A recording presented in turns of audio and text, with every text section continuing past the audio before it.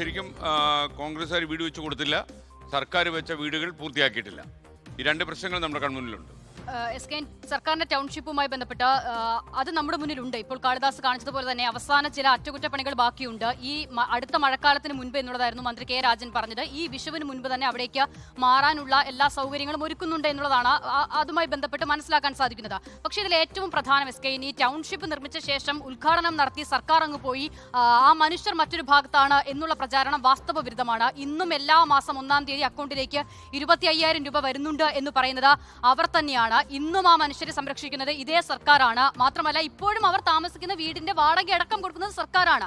ടൗൺഷിപ്പിലേക്ക് അവർ എന്നു മാറുന്നോ അതുവരെ അത് തുടരുകയും ചെയ്യും. ഇനി കോൺഗ്രസിന്റെ ഈ വീടുമായി ബന്ധപ്പെട്ട് 2024 ജൂലൈ 30-നാണ് വയനാട് ദുരന്തമുണ്ടായത്. അതായത് ഇന്നേക്ക് 607 ദിവസം മുൻപാണ്. ആ മനുഷ്യരെ മുൻനിർത്തി ഈ ദുരന്തത്തിന്റെ പേരിൽ കോൺഗ്രസ് പിരിവ് തുടങ്ങിയത് 2024 ഓഗസ്റ്റ് 21-ന്. അതായത് 420 മനുഷ്യരുടെ ജീവനെടുത്ത ദുരന്തം നടന്ന് 20-ാം ദിവസം തന്നെ കോൺഗ്രസ് പിരിവുമായി രംഗത്ത് വന്നിട്ടുണ്ടായിരുന്നു എന്നുള്ളതാണ് വാസ്തവം.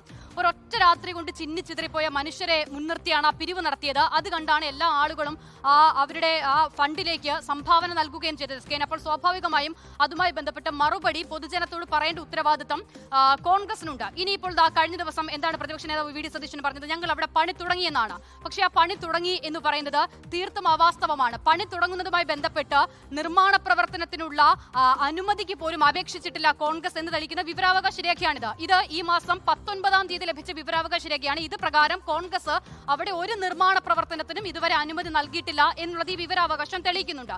ഇനി അതോടൊപ്പം തന്നെ സർക്കാർ അവിടെ വീട് നൽകും, അതുകൊണ്ടാണ് ഞങ്ങൾ ഇത്ര വൈകിയത് എന്നുള്ളതാണല്ലോ പ്രതിപക്ഷ നേതാവ് ഇന്നും ആവർത്തിച്ചു പറയുന്നത്. സർക്കാർ പറ്റിച്ചു, സ്ഥലം കൊടുക്കാമെന്ന് പറഞ്ഞു എന്നുള്ളതാണ് പറയുന്നത്. പക്ഷേ ഞാൻ മുൻപത് പറഞ്ഞിരുന്നു, അതായത് ആ വിഷയവുമായി ബന്ധപ്പെട്ട് ആദ്യം നടന്ന സർവകക്ഷി യോഗം മുഖ്യമന്ത്രിയുടെ അധ്യക്ഷതയിൽ പ്രതിപക്ഷ നേതാവ് വി ഡി സതീശൻ അടക്കം അതിൽ പങ്കെടുത്തതാണ്.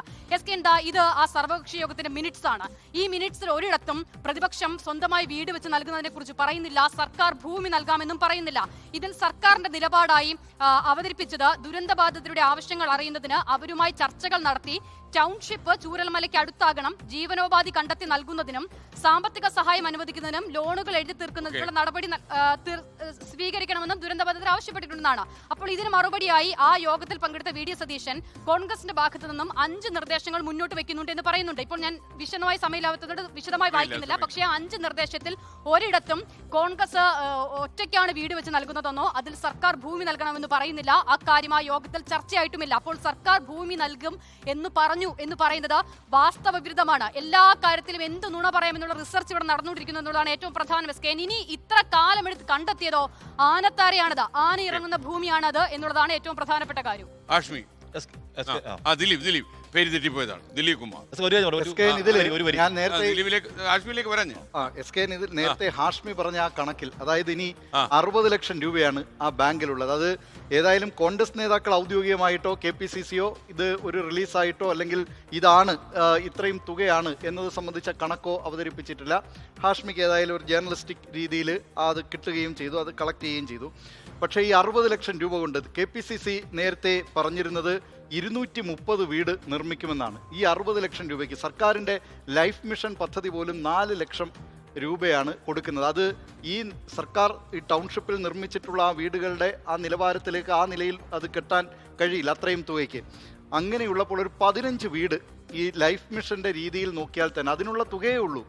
ഈ തുക കൊണ്ട് എങ്ങനെ കഴിയുന്നതും കോൺഗ്രസ്സുകാർ ഇനി ഈ വീട് വെച്ച് കൊടുക്കാം എന്നുള്ള പ്രഖ്യാപനം ഒരു തരത്തിലും നടക്കരുത്. ഒന്നുകിൽ അവർ ഈ പണപ്പിരിവിന് അവർക്ക് പറ്റുന്നില്ല, അല്ലെങ്കിൽ പണം മറ്റെങ്ങോട്ടോ പോകുന്നു എന്നാണല്ലോ മനസ്സിലാക്കേണ്ടത്. നേരത്തെ പ്രളയകാലത്ത് 1000 വീട് പദ്ധതി പ്രഖ്യാപിച്ചിരുന്നു. അന്ന് KPCC അധ്യക്ഷൻ MM ഹസൻ 1000 വീടും കണ്ടിട്ടില്ല. അതിലേതോ വളരെ കുറച്ച് വീടെന്തോ നിർമ്മിച്ചിട്ടുള്ളൂ. അതിലും ഇതേപോലെ തന്നെ ധനലക്ഷ്മി ബാങ്കിൻ്റെ ശാസ്തമംഗലം ബ്രാഞ്ചിലേക്ക് എത്തിയത് ഏതാണ്ട് 2.5 കോടിയോ 3 കോടിയോ മറ്റോ ആണ്.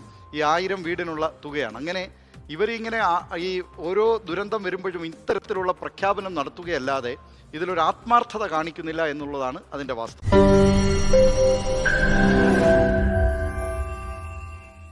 ലോകത്തെവിടെയായാലും ഏത് സമയത്തും 24 വാർത്തകളും ഓഗ്മെന്റഡ് റിയാലിറ്റി പാക്കേജുകളും എക്സ്പ്ലെയിനറുകളും വിശദമായി കാണാൻ ഞങ്ങളുടെ YouTube ചാനൽ നിങ്ങൾക്ക് സബ്സ്ക്രൈബ് ചെയ്യാം.